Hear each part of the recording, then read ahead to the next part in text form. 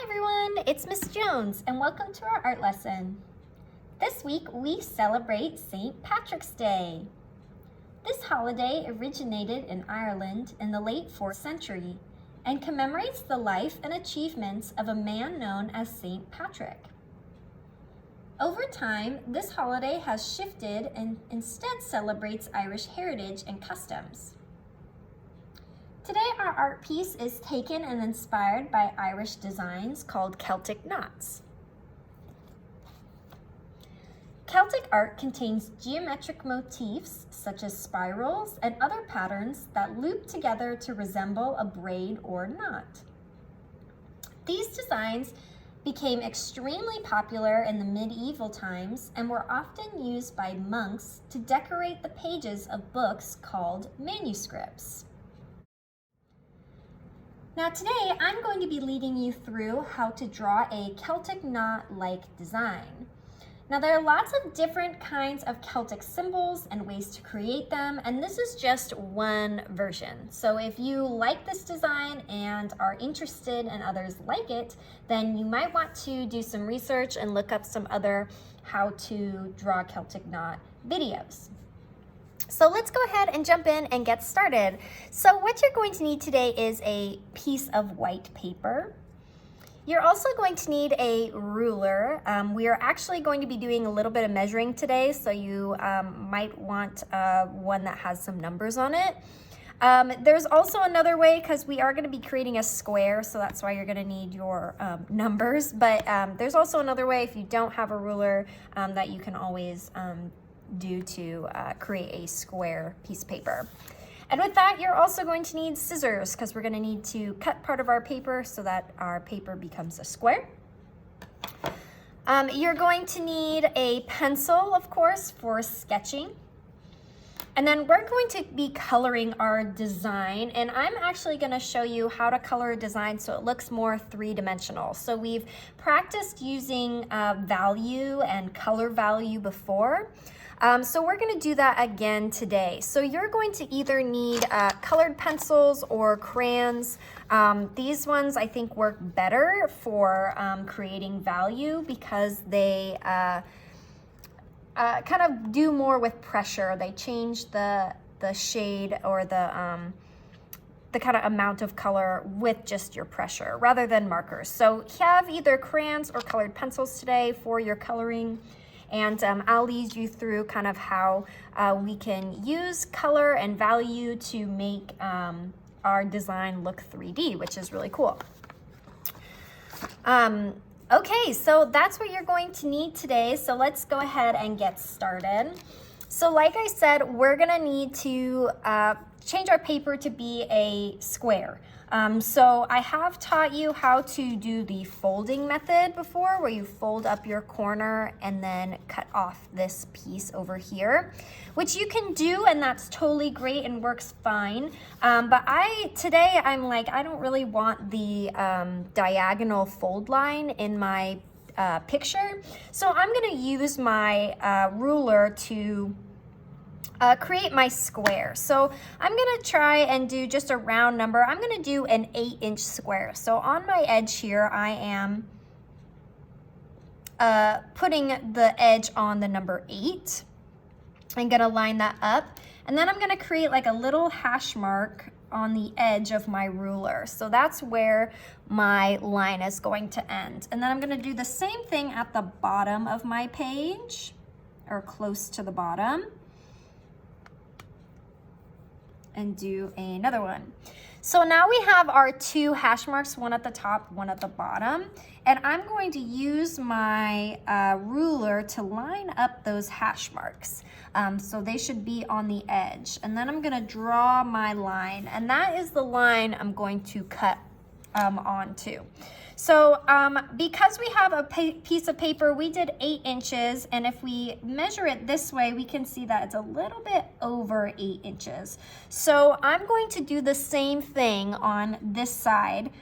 So I'm going to, maybe I'll even just turn my paper to show you. So I'm gonna line up this edge with the 0, and then look kind of on my ruler, and I can see that the 8 is just a little bit over from the edge, so I'm gonna make a hash mark at the 8.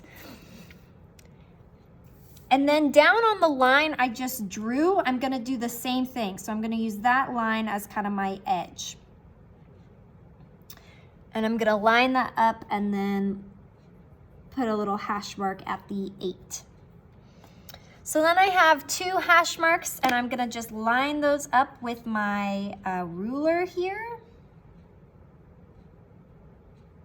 So I can make a straight line. And then do it like that. So now I have kind of my square in here, so I'm just gonna cut along those lines with my scissors to get my square. So this takes a little bit longer than maybe folding wood, but then you don't get that crease line in the middle. You can always do your square as 8.5 by 8.5 if you only want to do it once. That's fine too. Or if you don't want it to be a perfect square and you just want to let it be maybe a little bit longer on the other side, that's totally fine. Having a hard time cutting this right now. There we go.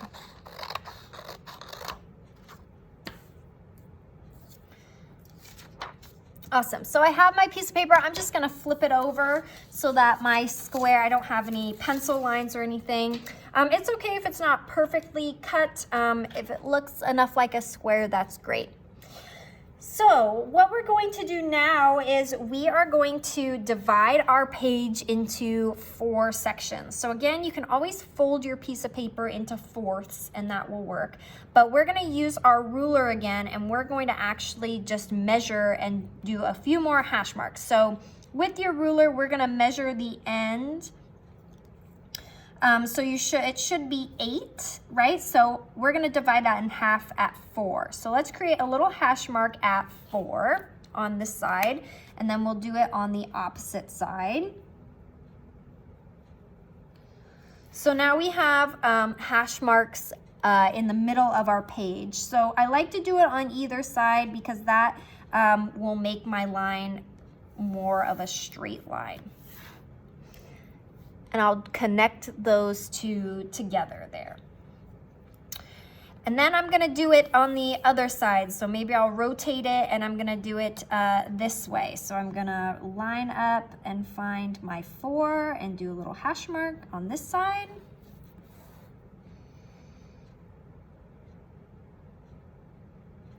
And then do it again on this side. And then I'm gonna connect those 2 hash marks. And voila. So after you get your grid done and we have our 4 sections, we're gonna start drawing our design. And we're going to do our design kind of in sections, kind of like we did our quilt or our Underground Railroad Code quilt.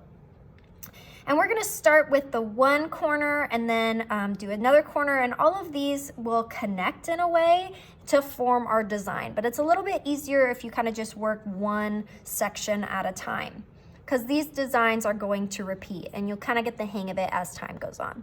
So we're gonna start up here in this corner, and I'm actually going to turn my page because my design is going to kind of be centered with this corner here, and it's a little bit easier for me at least to kind of reposition my paper so that when I draw it, it'll kind of come out a little bit more centered.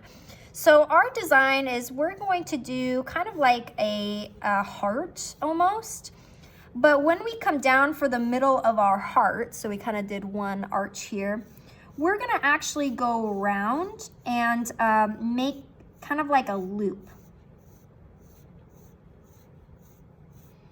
So we have this kind of loop in the middle that I'm trying to make my point kind of centered with that point there. And then this is going to come back around and kind of be the other side of the heart. And we're gonna end on the edge there. So I'm gonna maybe erase some of these sketch lines. But it kind of is like a kind of the top part of a heart with this loop in the middle. And we're going to create our design that it's gonna have more dimension than this. It's gonna be kind of like a rope. So knots are done with ropes. So we're kind of creating like a rope-like design.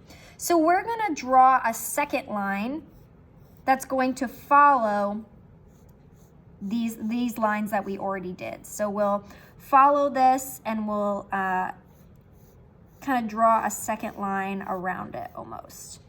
And try and keep your line maybe like the same thickness all the way through. If you need to reshape maybe this part, you can do that. That's fine. If you want to reshape it a little bit to make it a little bit more circular. But there we go. So we've drawn our section now.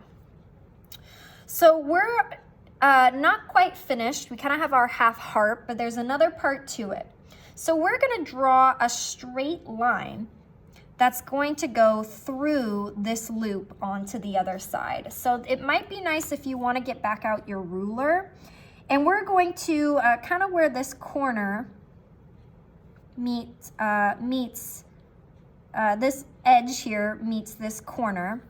We're going to draw a line going to the other side where that edge meets that corner. So we're just going to draw a straight line through there. And then we're going to, at the bottom of that, where that intersects, at the bottom of that line there, we're going to draw a second line to kind of be the thickness of our, and you can just draw it all the way through. So now we have a straight line going kind of across our design.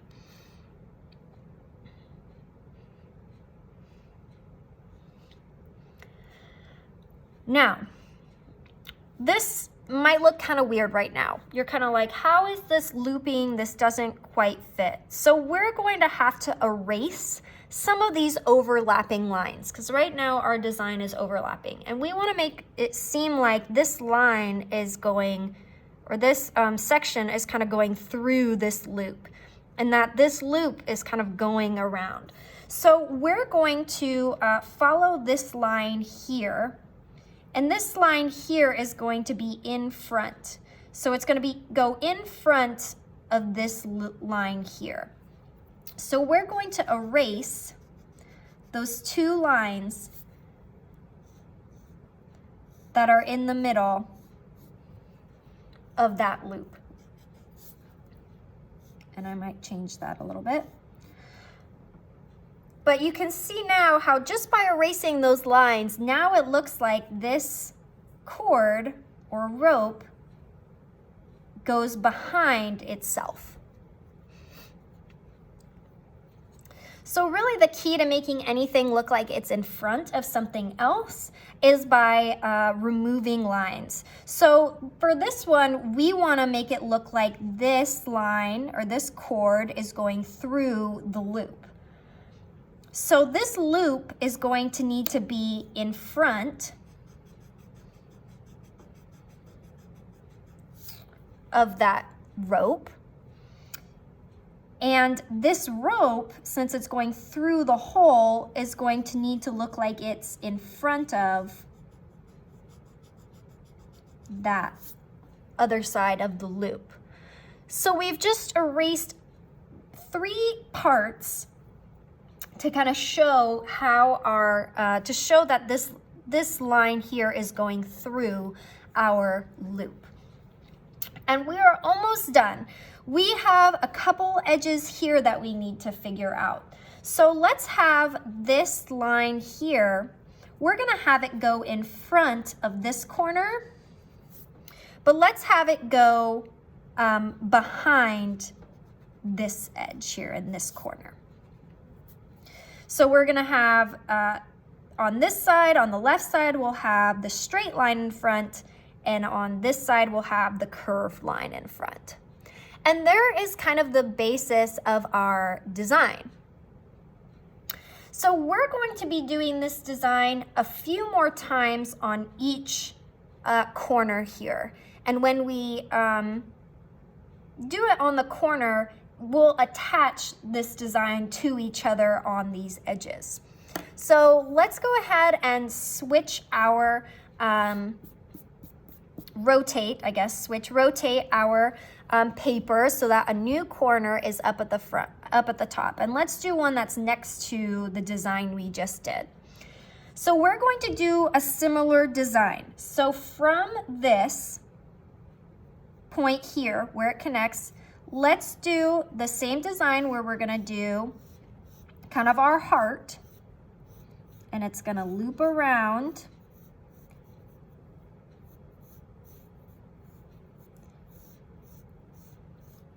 And we're gonna do the other side of the heart.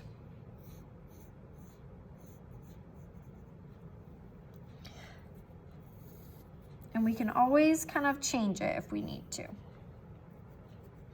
So now let's do our second line. We'll just continue that straight line because we kind of want it to be that same thickness. So let's continue that straight line, start from that bottom here, and then go around.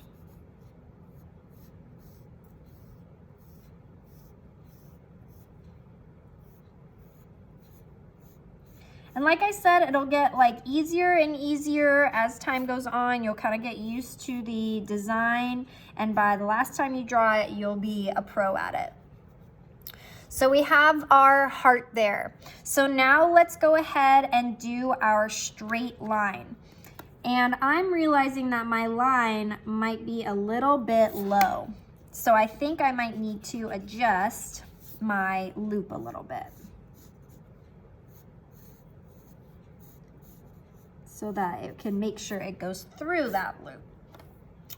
So from the top edge here to this top edge here, we're gonna draw our straight line.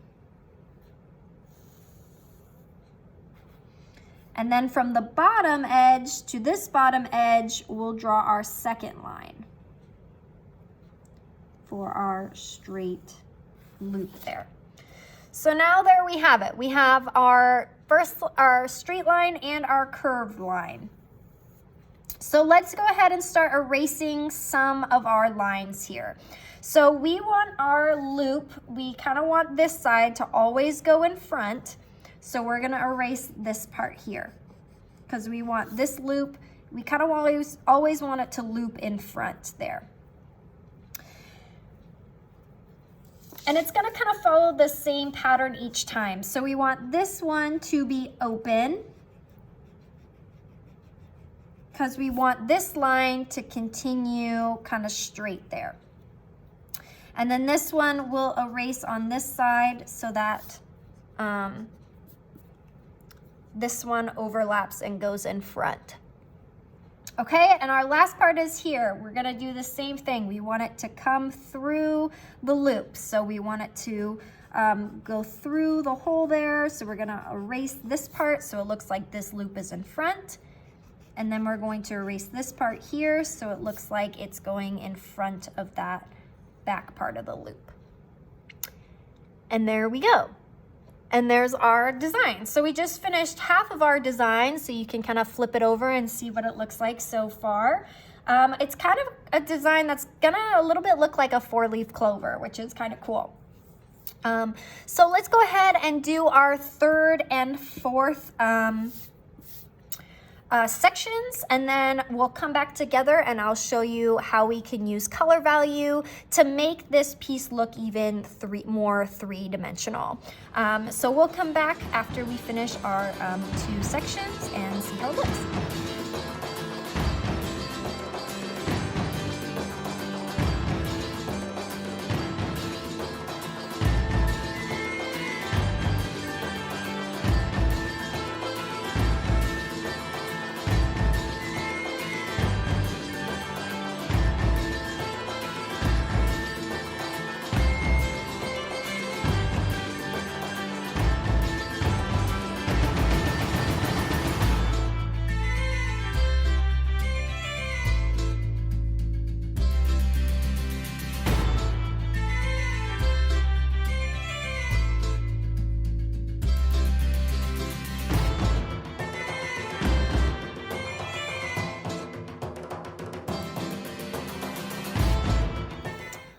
Alrighty, so we finished our design now. So like I said, it kind of looks like almost like a 4-leaf clover, which is really cool.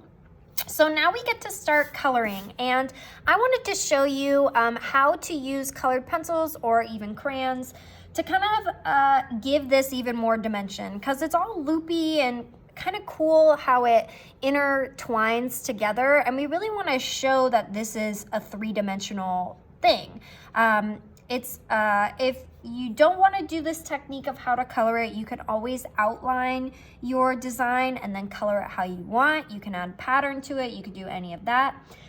That's totally fine with me if you would rather do that. But I did want to show how to create a little bit of depth and a little bit of an illusion of these pieces kind of overlapping one another with using color. And particularly color values, so lighter shades and darker shades. So if we look at this design, it's kind of hard to tell now, but once we get some color on it, you'll see that it's kind of like 2 different loops. So I'm gonna use orange and green as part of my design, and I'm just gonna do the green section first. So I'm gonna choose a light green color. So I have kind of this lighter green. I might even have to sharpen it. And then I'm gonna choose a dark color. So I'm gonna choose like a dark green. So I've got a light green and a dark green. And then I'm also going to need black, because black is gonna help make it even darker. You could also use gray instead of black. That might also work, just to kind of give it a little bit more depth.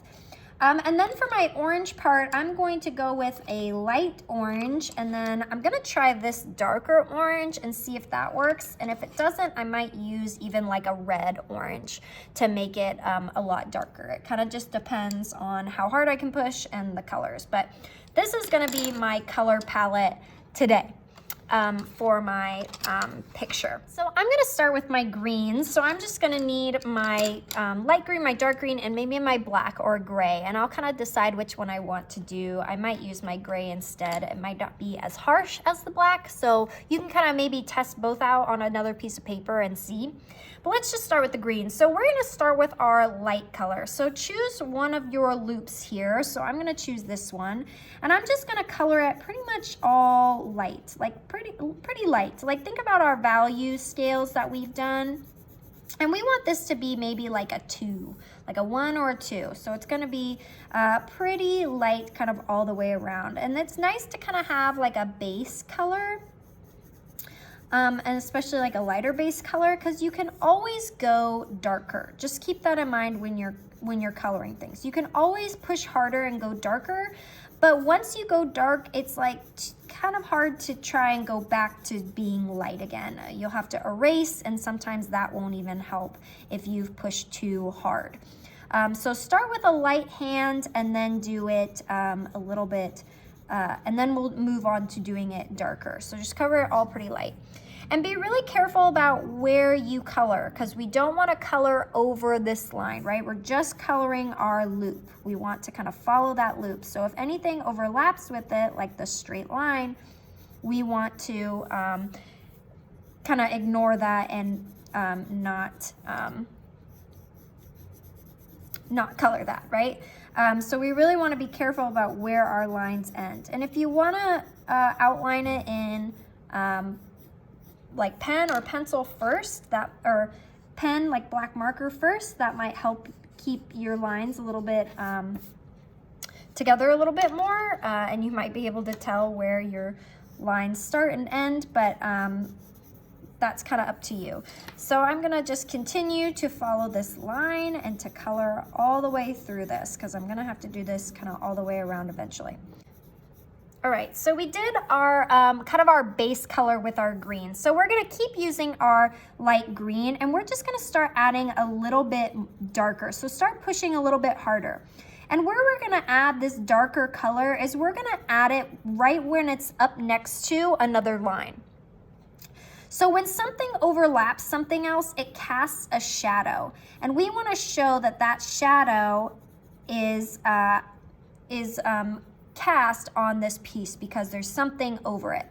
So I like to kind of like even outline my chords a little bit, my lines a little bit, to make them seem a little bit more round. So I kind of outline them a little bit more, but we're gonna add a little bit of darkness just kind of by the base of this, of where this chord overlaps this one. And we're gonna continue to do that kind of throughout this piece. So this section is kind of on top of it, so you don't necessarily need to add much. I kind of like to add a little bit of green darkness to the edges of my line, of my chord, to kind of make it seem a little bit rounder.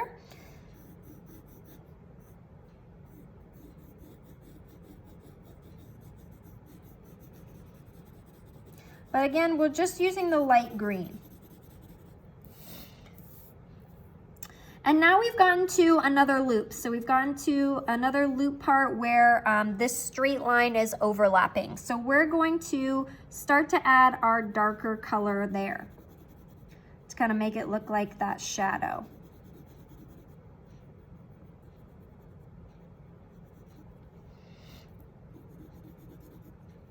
And we're also going to do that on this other side too. So the top and bottom.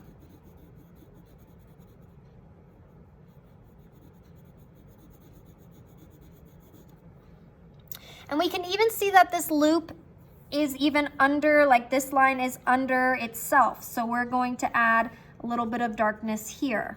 So we're kind of just making those edges stand out a little bit more.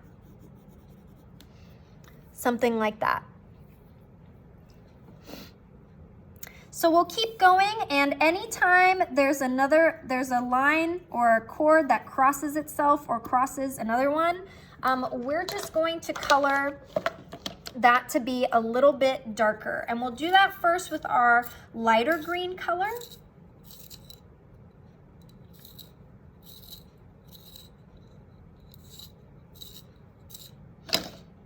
And then we will move on and start adding even darker colors. So we're just using our light green pencil for now.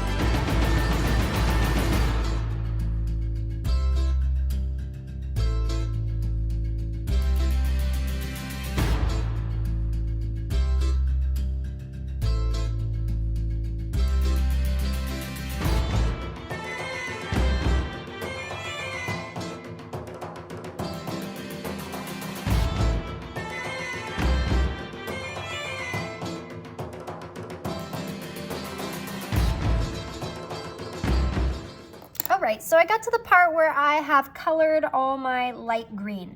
So you can always leave it like this. If you like the way it looks with just the light green, that's great. There's still a lot of dimension that you've already created just using the one color.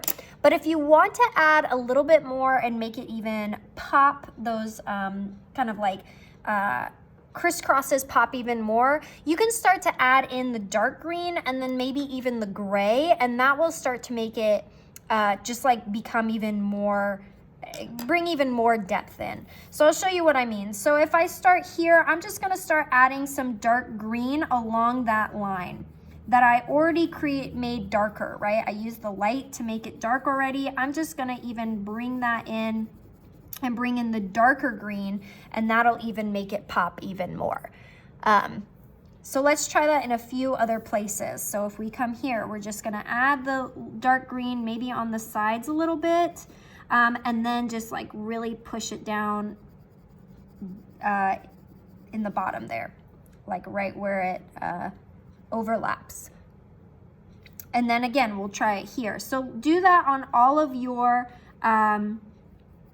kind of your dark areas where your chords overlap. You can always go in right now and add the gray or the black if you'd like. I think the gray will work a little bit better just because it won't stand out so much as the black. But you can go and do the same thing. Add a little bit on the side. Usually I'll do it higher on the sides and then lower in the middle. And kind of have it branch like that. And same with here, I'll do it kind of low in the middle, close to that line, and then on the sides, I'll kind of go up a little bit more on all of my edges. So we're gonna do that on all of our edges. Again, if you don't wanna do this part and you're like, I just wanna color it the way I wanna color it or do patterns the way I wanna do patterns, that's totally fine with me. You can totally do that. I just wanted to show you a different way of coloring to kind of practice and maybe enhance some of your skill that you might have. So I'm gonna keep doing this and do this on the green, and then I'll kind of show you with the orange. With the orange, it's gonna be pretty much the same, just instead of using green, light green, dark green, and gray, we'll probably just use orange and orange, probably red, orange, and maybe gray there too. So I'm gonna finish up my green, and then we'll move on to the orange, and I'll kind of show you a little bit of that, and then really just show it to you when we're all done.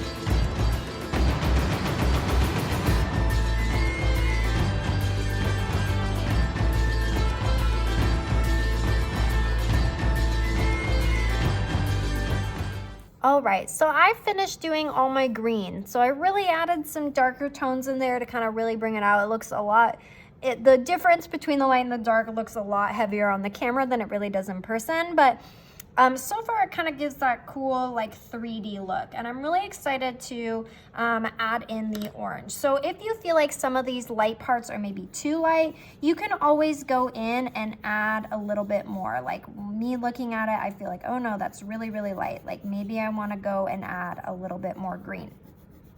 So if that's the case, feel free to do that. I'll probably do that and just kind of add a little bit more, because I started really, really light. But now that I have a lot more dark in there, I might want to make it a little bit darker, just so the contrast isn't so extreme. But that's just me. So kind of use your own judgment. Think about how it looks. If you like the really light with the really dark, maybe that's how you want it to be. But I think it looks better just me kind of like adding a little bit more color in there.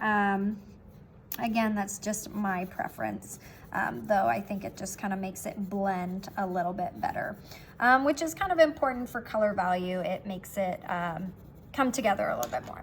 But there we go. So I've got my greens. So now I'm gonna switch and do my oranges. So I'm gonna do sort of, the same thing. So I'm gonna pick one of my light oranges and just gonna go kind of all over it, and go all over the design here, and kind of do it light. Maybe I won't do it as light as I did last time, but again, I want to keep it pretty light just so that it so that I don't try and backtrack later, because sometimes you can kind of backtrack and be like, uh-oh, it's too dark, and have a hard time getting it darker. So I'm gonna do orange. Like I said, you can do any color, but I like to do green and orange with the white background, because Ireland's flag colors are green and orange, and they look really nice together and kind of remind me of St. Patrick's Day.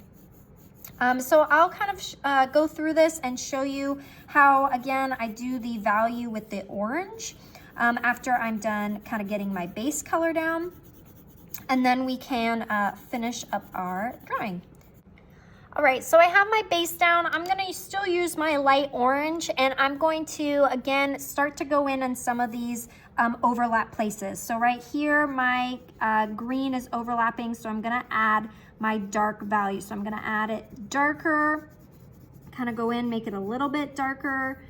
Maybe I'll do the edges a little bit. I might start filling in this part a little bit more too. Since last time I kind of had to go over with my green and kind of fix that.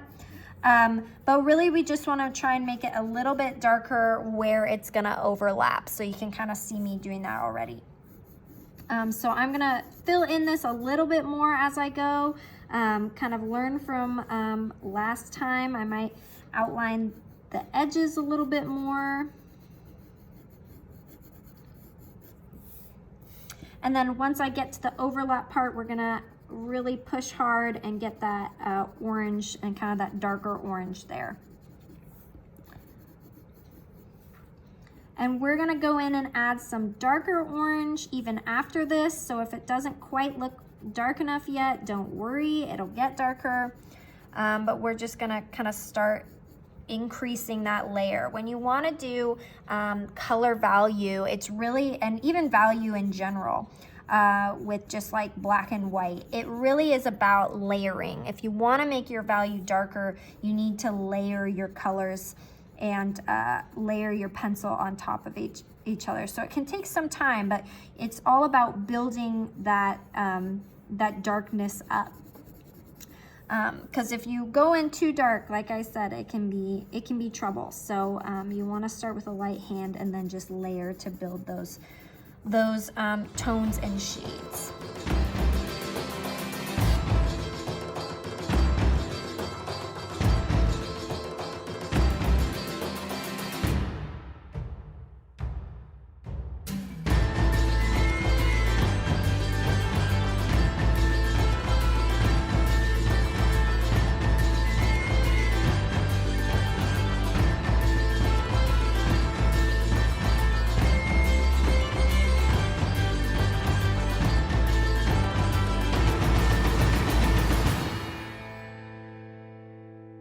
All right, so I'm going to go in, I've done my base, I'm gonna go in maybe with my darker orange. I don't know if this orange, when I'm layering it on, it doesn't quite look dark enough. Like it looks okay, but I don't know if it'll really bring it pop. So maybe I'll add my darker red, and that looks like it's adding even more.